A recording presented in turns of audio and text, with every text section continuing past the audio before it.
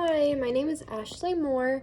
I am currently a senior. I'm a double major in peace and conflict studies and liberal science or liberal arts with a concentration in social sciences. So I currently am in Kansas. That's where my husband is stationed. He's in the Army.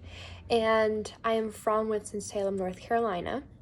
So my purpose of taking this course with the research is to be able to better apply the information we learn into real life and how to handle it in certain situations.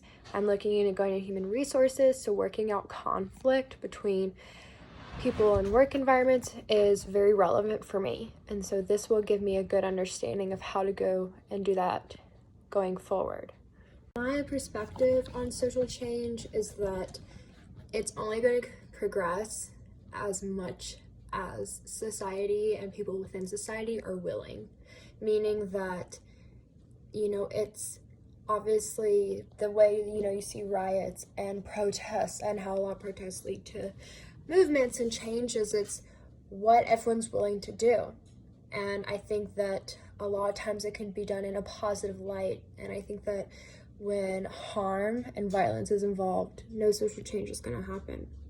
So I believe that the best way to handle conflict when available is, one, having all members of the party of the conflict be willing and be open to talk about it and to find a solution. If people aren't open, if they're not willing to hear from other sides, it's never going to get resolved.